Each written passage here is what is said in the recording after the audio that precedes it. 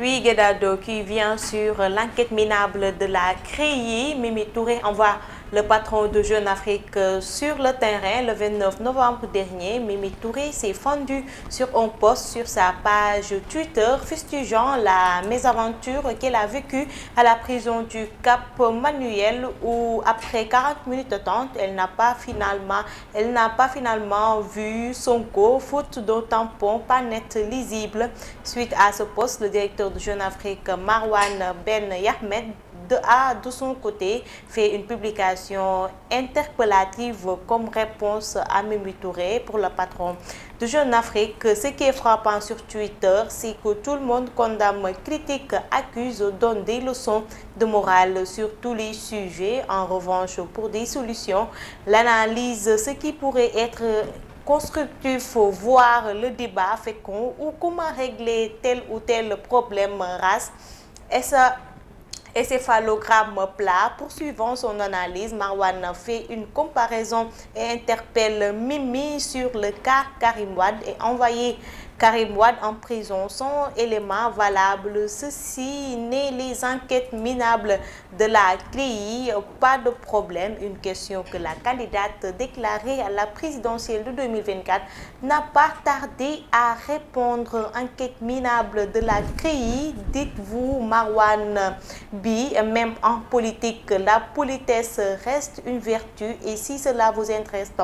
vous êtes journaliste, accordez une interview aux magistrats qui avaient en charge la CREI. Bon nombre sont encore en vie et départis de l'obligation de réserve. Ils vous diront généreusement ce qu'il en est, des éléments valables et enquêtes dont vous faites état et ils vous diront certainement que la ministre de la Justice que j'étais n'avait pas pour le rôle de donner des ordres aux magistrats. Peut-être que les rôles ont évolué, mais de s'assurer qu'ils puissent faire leur travail convenablement. Rétorqua Aminata Touré. Guédalo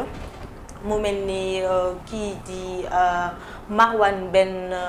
Yahmed ak Aminata Touré daal nañuy échanger ay kàddu ci biir Twitter bi ba tax na moom Aminata Touré ma ngi koy jox ay leçons de morale di ko wax bile dossier wu Karim Wade bu ci bëggee xam lu leer daal di dellu xooli magistrat yooyu nga xam ne ñoo yoroon affaire bi. D'accord, très bien. Alors li ko waral moo di semaine dernière gisoon nañ fi ki nga xamante ni moo di Mimi Touré génn rek di xamle ne dafa bëggoon a seeti Ousmane Sonko waaye nag dañ ko daal di bañal lu ni mel ndax li ko waral moo di rek loolee nga xamante ni moom la waroon a wane rek tampon bi dafa daal di lisible duñ ko gis bu baax looloo tax ñu daal di koy dàqani. Alors Fana bañ fi xamle woon ni rek Mimi Touré elle est l'arroseur arrosé ndax defoon na ko fi ay temps. Alors tey bi ni nga xamante ni rek moo di dagg santé bi ci réseaux sociaux bii di X naka nga ko gisee. waaw je pense que c'est un débat boo xam ne entretenir nañ ko fële ci réseau social bii di X nekk ex Twitter entre Marwan Ben Yahmed nekk directeur de publication bu Jeune Afrique ak ki nga xam ne moo nekkoon l'ancienne ministre de la justice muy Aminata Touré. D'abord li ñuy njëkk a wax mooy par rapport ak Jeune Afrique c'est pas pour donner raison à ki nga xam ne moom mooy Aminata Touré. Le nom c'est Jeune Afrique mais on a l'impression que c'est plutôt un journal boo xam ne c'est un journal de propagande pour des autorités yoo xam ne ils sont en désaccord avec leurs adversaires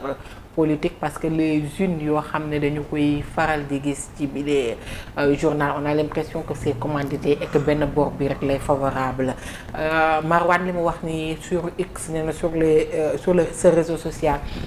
li nga xam ne moom mooy critique c'est trop facile moom bu fekkee da ngay parcourir également li nga xam ne moom mooy page am bile du ay solution nga fay gis mu koy proposer que ça soit pour les dirigeants africains wala que ça soit pour la jeunesse africaine li muy def également ce sont des partages d'articles également di accuser d'autres wala soit sax moom it muy critiquer doxalin boo xam ne ñenn ñi ñu ngi koy doxee ak ñi leen di jiite bi mu def sax dafa laal ki nga xam ne moom mooy Aminata Touré moom it mu répliquer foog naa d'une manière boo xam ne c'est à la hauteur par rapport ak l'accusation parce que mi ngi xamal ni du moom moo war a gérer bi la liggéey y a des magistrats qui sont là. te ñi ñuy fàttali mbir bi ma mu amee également moom journal bii di Jeune Afrique li mu titré woon ñëpp gis nañ ko sur les réseaux sociaux notamment soo demee sax ci page bi les pages di nga ko gis il a juste mis que la condamnation de Karim Wade ci jamono jooju bu fekkoon jàppoon ni bile mbir du loo xam ne injustice moo ko laale c'est un journaliste comme tous les journalistes pourquoi pas mu def investigation bu fekkee mbir mi ñuy jiiñ Karim Wade du loolu noonu la amee tout comme journaliste waroon na mën a saytu liggéey bi nga xam ni moom la CREI di def teg ci baaraamu tuuma parce que les journalistes sont des faits te bu ci àndee li nga xam ne moom mooy preuve sax dafay mel ni mbir mi day gën a jaar yoon également. am na solo bu baax a baax mu mel na tey Mimi Touré li mu daal di tontu rek amaana sax nag du directeur Jeune Afrique rek la daal di war waaye war na bépp journaliste il faut le dire ñun journalistes yi dañuy xaar rek ñu daal di def erreur ba tax na rek suñu liggéey nañ koy gën a ñoŋal boole éthique déontologie ak lu jëm ci wàllu crédibilité waaye objectivité ci suñu liggéey am na solo bu baax a baax alors Amina ñu continuer ak seneweb.com qui nous parle de la caution pour la présidentielle 2024. Ces candidats qui vont perdre leurs 30 millions de francs CFA. Les candidats en lice pour la présidentielle de février 2024 ont commencé à verser leur caution qui est un des 9 éléments consécutifs du dossier de candidature. Mais selon la loi électorale sénégalaise qui encadre cette procédure, tout candidat qui aura moins de 5% des voix va automatiquement perdre ses 30 millions de francs CFA. Guédado maanaam daal bu ñu xësee ba daal di joxe 30 millions yooyu amul perte ba pare bëgg récupérer waat sa xaalis. sa xaalis il faut nga am moins de 5%. soo amee plus de 5%. soo amee moins de 5% de voix tu vas perdre tes 30 millions. d'accord mi ngi noonu alors Fana dama jàpp ne lu mel sax la ñu waroon a daal di njëkkee nit ñi xam fan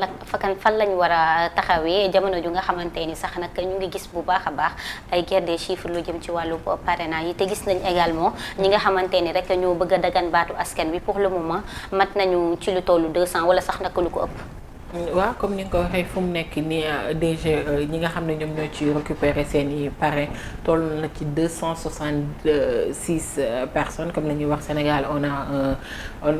li ñu am ci nombre de partis je pense que c'est les 200 partis la ñu am ci réew mi mais du parti yëpp du kenn kese moo fay dem jëli fa li nga xam ne moom mooy fiche de parrainage comme ni ñu ko gisee ci Benno Bokk Yaakaar am na ay candidats yu bari yu fa signalé de même que parti Pastef et tant d'autres partis li ñu ci nemmeeku mooy am na nombre boo xam ne c'est pléthorique pour un pays boo xam ne ça fait 18 millions de Sénégalais 266 personnes récupérer li nga xam ne moom mooy seen fiche de parrainage du ñëpp également ñoo bëgg a nekk tamit président am na ñoo xam ne dañ koy def pour un effet d'annonce wala di pour nit ñi bàyyi leen xel d'autres ñu ngi koy def ngir ñu mën a négocier après récupérer des postes xool ñi nga xam ne moom dañu war a mën a jàppale ak lu mu ci mën a doon le conseil constitutionnel est là parrainage yi jàll na bouclé nañ ko je pense le 30 novembre dernier ñu jàll ci li nga xam ne moom mooy dépôt caution yi candidat yi nga xam ne gis nañ leen ñu déposé il s'agit de du PDS sax moom moo njëkk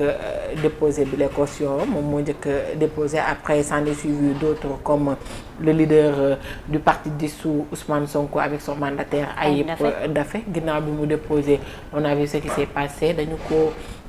nangul li nga xam ne moom mooy nanguluñu ko li nga xam ne moom mooy dépôt bi ba ki nga xam ne mooy Cheikh Issa Sall nekk ci bile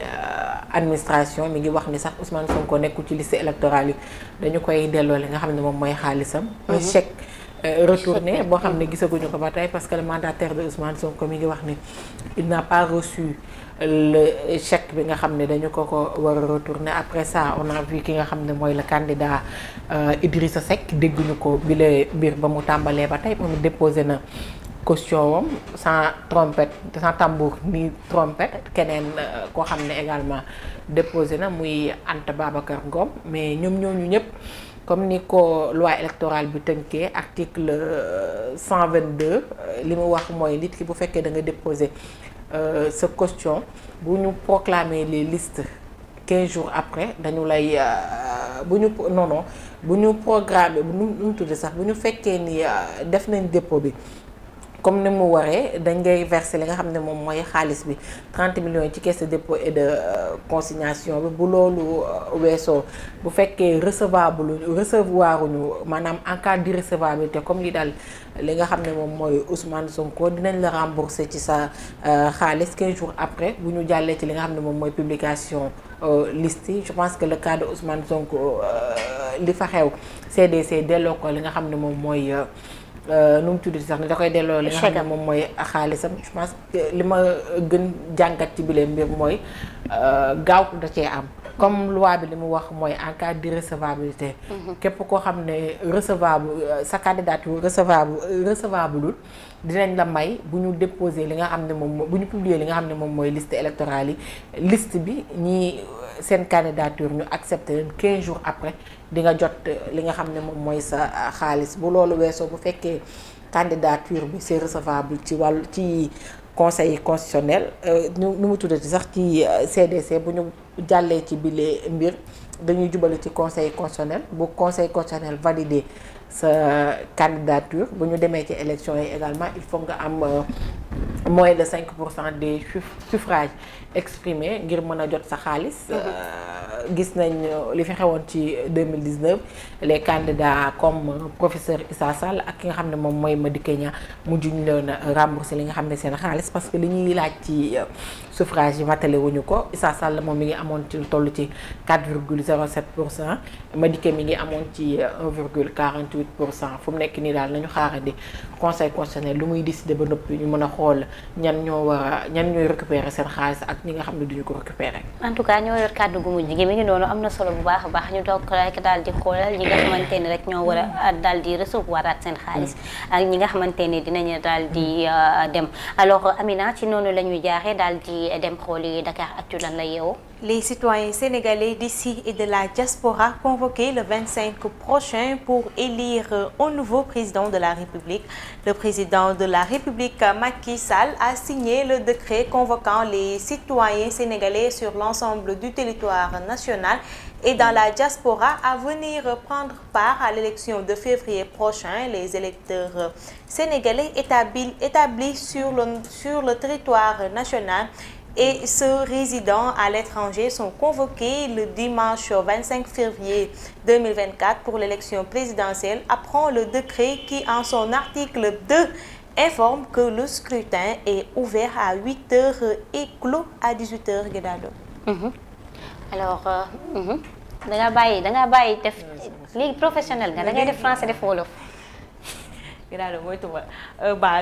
Juste pour dire que voilà c'est officiel ndax kii di président Macky Sall moom daal di génne décret bi di xamle ne dimanche 24 février 2024 dinañ naka amal 25 février 2024 dinañ amal élection présidentielle yi nga xam ne mooy tànn ki koy uutu ci nguur gi.